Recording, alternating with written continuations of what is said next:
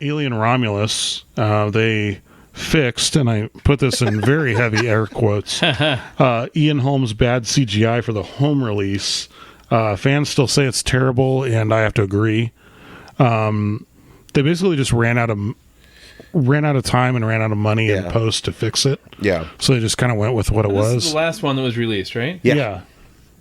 Am I the only person that liked it?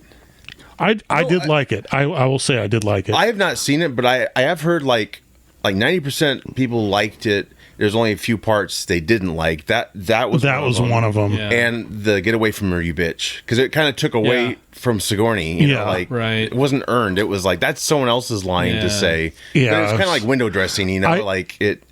It was a feel good thing. Yeah, or overall, people dug it. I still want to see it, but yeah, when I hear like things about this and like, ugh.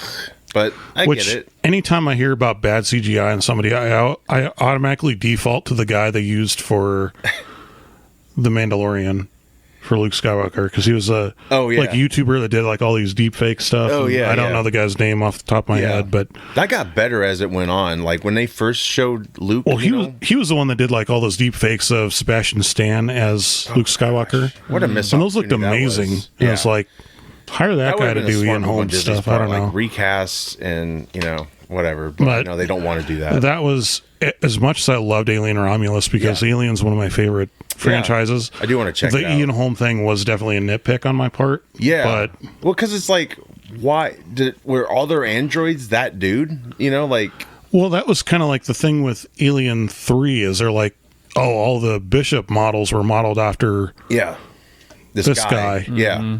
So it was kind of like, at first it was another android, right? He's like, no, I'm the real dude. I'm the guy they patterned him off of, or the guy's grandson, or fucking whatever. Which I don't know. It's odd because this movie, I know most this was an in-between cool kind of thing. And there was another android in it who I heard a cool part was he got an upgrade during the movie, right? He changed him a little bit, but it's like when you have that, maybe you should just have a different. I get what they were going for. They wanted fan service. I get it. But it's like, dude, it's like, I think they do that.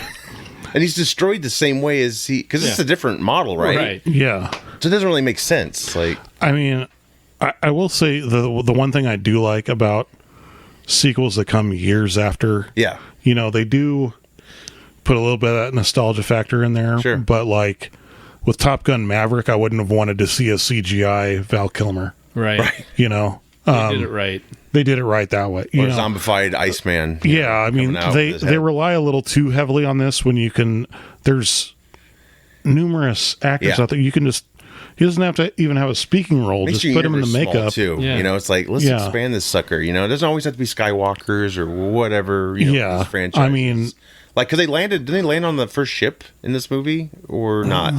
The one that Sigourney was on. Ripley. The Nostromo? I don't think they did. Didn't they? Okay, so they didn't. Okay, so maybe I just misheard that. But it's like, you play around with the universe, but don't make it like, oh, this is like same guy, same robot, same catchphrrise, and it's like, all right, let's do. I mean, you don't have to connect everything like they did with the Star Wars they mostly prequels. did a good job from what I've heard. So it's not like it's a shit movie. It's just like Man of Steel.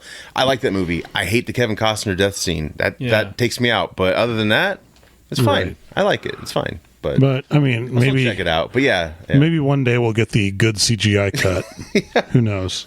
Just put a filter on it. Yeah, it's coming.